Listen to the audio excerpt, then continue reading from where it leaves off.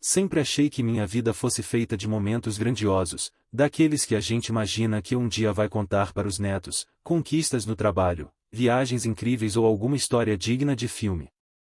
Mas, ironicamente, o dia que mais me marcou começou de maneira tão banal que, se eu não tivesse prestado atenção, teria passado despercebido. E, claro, como quase tudo na minha vida, acabou virando motivo de risada. Era uma manhã de sábado, e eu estava na varanda tomando meu café quando percebi que a vizinha de frente tentava carregar 2 sacolas enormes de compras. Por um instante, fiquei naquela dúvida: e ajudo ou não ajudo? O ser humano preguiçoso em mim dizia para continuar tomando meu café e fingir que não vi. Mas o ser humano educado, que aparece de vez em quando, venceu. Levantei, atravessei a rua e perguntei: quero uma mão com isso? Ela sorriu aliviada e respondeu: nossa, por favor. Achei que ia perder meus braços antes de chegar na porta. E foi assim que conheci Mariana, uma jovem professora que havia se mudado recentemente para o prédio em frente ao meu. Ajudá-la a carregar as sacolas parecia um gesto tão simples, quase automático, mas naquele momento eu não imaginava que estava abrindo a porta para uma das experiências mais engraçadas e felizes da minha vida. Enquanto subíamos as escadas, ela comentou sobre como ainda não tinha se acostumado com o bairro e como parecia que todo mundo ali já se conhecia há anos. Eu, no papel de guia turístico não oficial, comecei a contar as histórias mais absurdas da vizinhança, como o seu Américo já havia tentado usar a churrasqueira do condomínio como se fosse uma pizzaria, ou como a dona Celina acreditava piamente que qualquer barulho estranho era sinal de assombração. Mariana ria de cada detalhe, e eu me sentia um verdadeiro contador de causos, mesmo sabendo que metade daquilo soava inverossímil. Foi nesse clima que a amizade começou. Eu só queria ajudar a carregar sacolas, mas acabei ganhando alguém que parecia ter o mesmo senso de humor torto que o meu. E, por mais simples que tenha sido esse gesto, ele seria o estopim para uma sequência de encontros que transformariam aquele dia, e os seguintes, em algo completamente diferente do que eu esperava. O mais curioso é que, até aquele instante, eu ainda não fazia ideia de que estava prestes a virar personagem da minha própria comédia improvisada.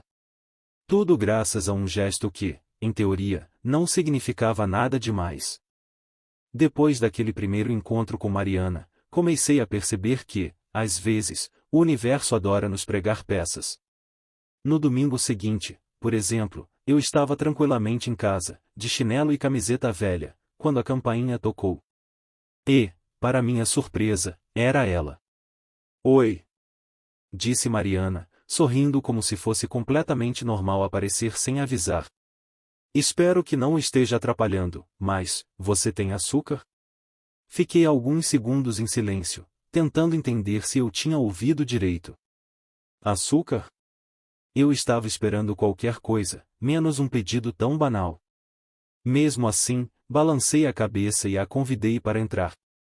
O detalhe é que minha cozinha não estava, digamos, no melhor estado para receber visitas. Restos de pizza na caixa, uma panela que já tinha passado do prazo de validade de lavagem e uma pilha de copos que pareciam estar ensaiando para formar uma torre. Mas Mariana, com a maior naturalidade, riu da bagunça e disse: ah, ótimo, agora me sinto em casa. Enquanto procurava o bendito açúcar, ela começou a contar que estava tentando fazer um bolo para levar a um almoço de família, mas tinha descoberto, tarde demais, que a despensa estava quase vazia. Foi nesse ponto que entrou em cena o segundo personagem da minha história, e meu primo Rafael. Rafael é o tipo de pessoa que aparece sem ser convidado, sempre em busca de comida ou algum acontecimento para se meter. E, como não poderia ser diferente, justo naquele dia ele decidiu aparecer no meu apartamento. Olha só! Disse ele, entrando pela porta aberta como se morasse ali. Já fazendo novos amigos e nem me apresenta? Mariana caiu na gargalhada com o atrevimento dele, enquanto eu só conseguia pensar em como aquilo estava rapidamente saindo do controle.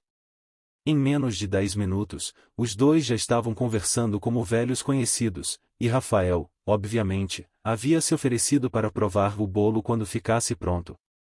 Eu, por outro lado, não sabia se ficava feliz por ver Mariana se enturmando ou se preocupado com o fato de que meu primo provavelmente contaria todas as histórias constrangedoras da minha infância. E, como era de se esperar, ele não demorou para começar. Você sabia que esse aqui já tentou fazer miojo sem água? Disse Rafael, apontando para mim com um sorriso diabólico.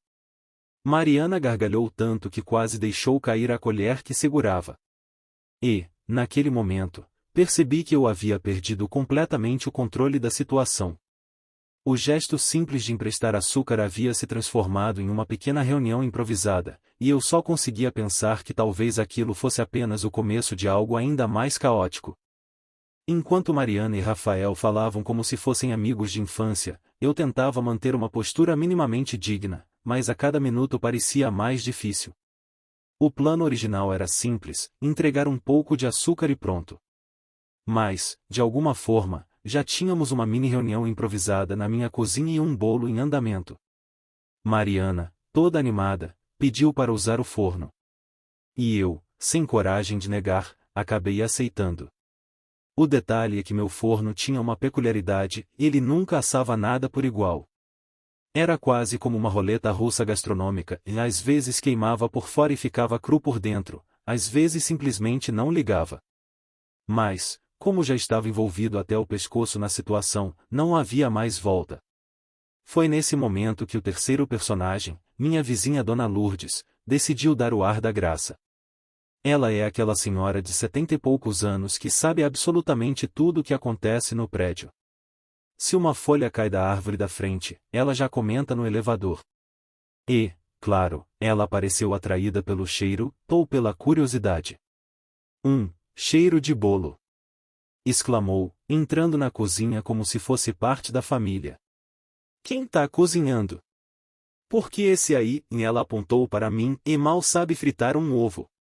Rafael gargalhou tão alto que quase derrubou um copo, enquanto Mariana tentava segurar a risada.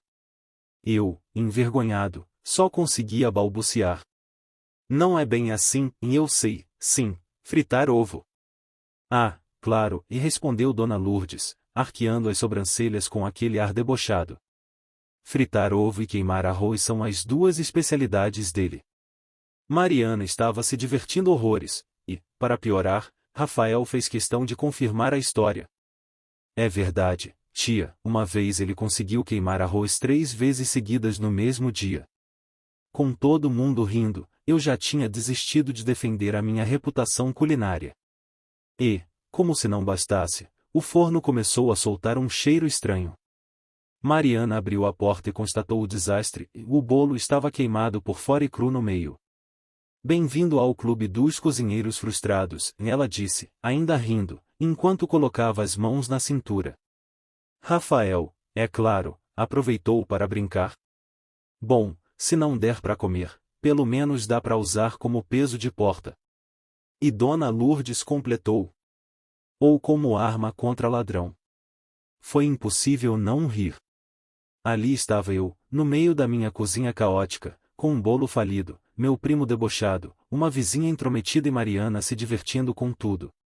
E, pela primeira vez, comecei a achar que talvez aquele desastre tivesse seu lado bom. Enquanto ainda ríamos da tragédia culinária, alguém bateu na porta do apartamento. Eu já sabia que nada de bom viria dali, mas não tive escolha a não ser abrir. Para minha surpresa ou desespero, era minha irmã mais nova, Clara. Clara tinha o dom de aparecer nos momentos mais inoportunos. E, claro, ela não entrou sozinha. Trazia consigo uma sacola enorme de compras e a cara mais animada do mundo. Mano! Disse, sem nem notar o clima. Passei no mercado e comprei tudo que você nunca tem em casa, e refrigerante, biscoito, batata congelada, chocolate. Antes que eu conseguisse falar algo, ela já estava na cozinha, cumprimentando Mariana e Rafael como se fossem velhos amigos.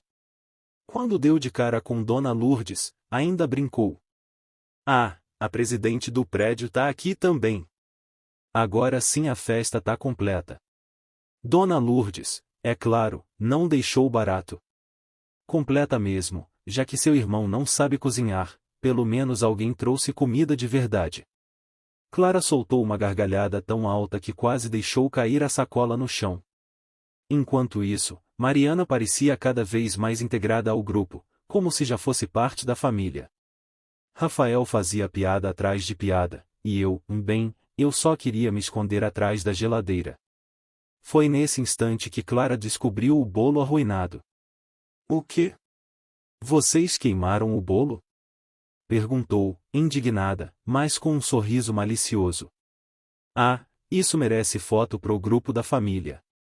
Antes que eu pudesse impedir, ela já tinha tirado o celular do bolso e feito vários registros do peso de porta culinário.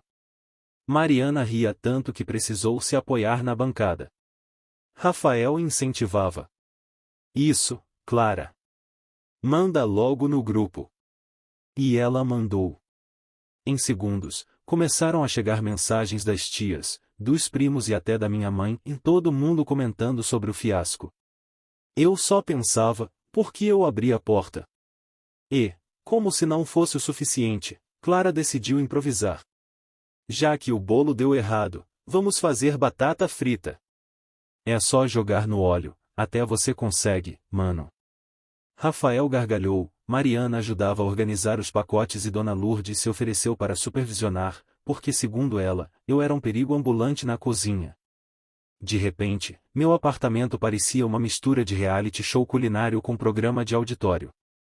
O gesto simples da Mariana, pedir açúcar, tinha se transformado em uma reunião improvisada com um bolo arruinado, fotos humilhantes e uma cozinha cada vez mais cheia.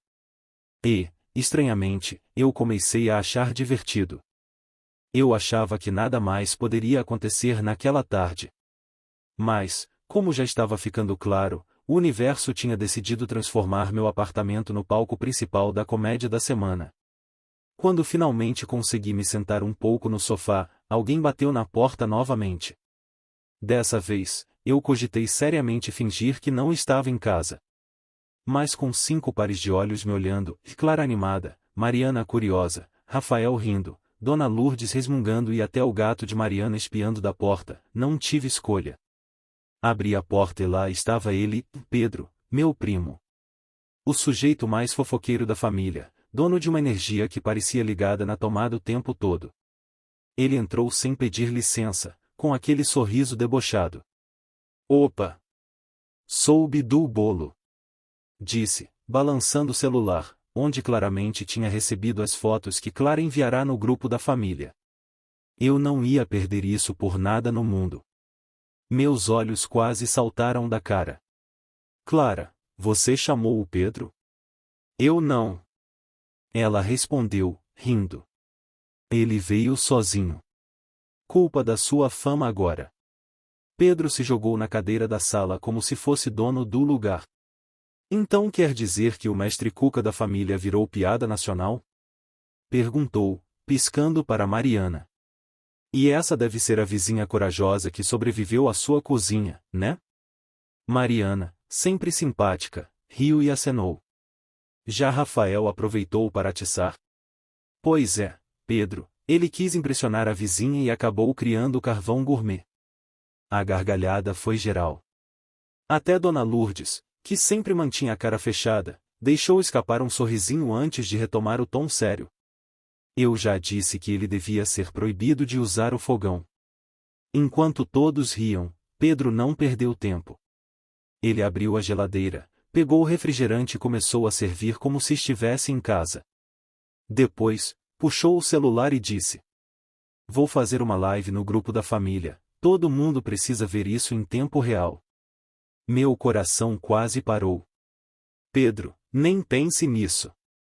Relaxa, primo, é só diversão. Clara, Rafael e até Mariana incentivavam. Eu tentei impedir, mas quando percebi, ele já estava transmitindo e mostrando o bolo arruinado, as batatas sendo fritas e a plateia improvisada no meu AP. Os comentários começaram a pipocar na tela. Minhas tias mandando emojis de risada, meu pai perguntando cadê o extintor, e minha mãe dizendo que agora entendia por que eu nunca aceitava cozinhar no Natal. O caos estava completo. Mas, curiosamente, em vez de sentir raiva ou vergonha, comecei a rir junto. Rir de mim mesmo.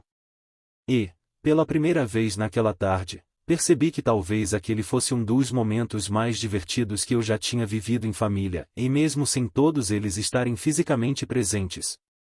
Quando percebi, minha sala parecia mais uma festa improvisada do que o cenário de uma tragédia culinária. Clara animava a galera com suas piadinhas, Mariana ajudava a organizar os pratos improvisados, Rafael comandava as batatas, Dona Lourdes continuava soltando críticas afiadas mas com um leve sorriso escondido, e Pedro Pedro ainda transmitia tudo para a família como se fosse um reality show exclusivo. Eu, no meio daquele caos, olhei ao redor e tive uma epifania, e a tentativa frustrada de impressionar tinha se transformado em algo muito maior. Em vez de um jantar romântico, eu tinha reunido pessoas queridas, de jeitos e mundos diferentes, e, de quebra, rendido boas risadas que, com certeza, seriam lembradas por anos. Até Mariana, a vizinha, que eu mais temia que me achasse um desastre total, disse algo que me deixou sem jeito. Sabe, achei que seria um jantar desastroso, mas no fim das contas, foi o mais divertido que tive em muito tempo. Aquilo fez meu coração bater mais forte. Talvez não tivesse perdido de todo a chance de causar uma boa impressão. Mesmo que não fosse pela comida, mas pela confusão compartilhada. Pedro então se levantou, erguendo um copo de refrigerante. Um brinde ao nosso mestre Cuca das Trapalhadas, que transformou o carvão em união. Todos brindaram, inclusive Dona Lourdes, que completou. Mas da próxima vez, pede pizza direto. As gargalhadas ecoaram pela sala. Eu ri junto, e percebi que rir de mim mesmo era, sem dúvida, a melhor solução. E foi assim, no meio da bagunça, que uma noite que deveria ser especial por um motivo acabou se tornando inesquecível por outro. Mas sabe o mais curioso? Aquela não foi a última vez que tentaram me convencer a cozinhar. Aliás, já estavam combinando ali mesmo a próxima experiência culinária. Só que, dessa vez, todos queriam estar presentes. E eu fiquei me perguntando, será que eu realmente deveria aceitar?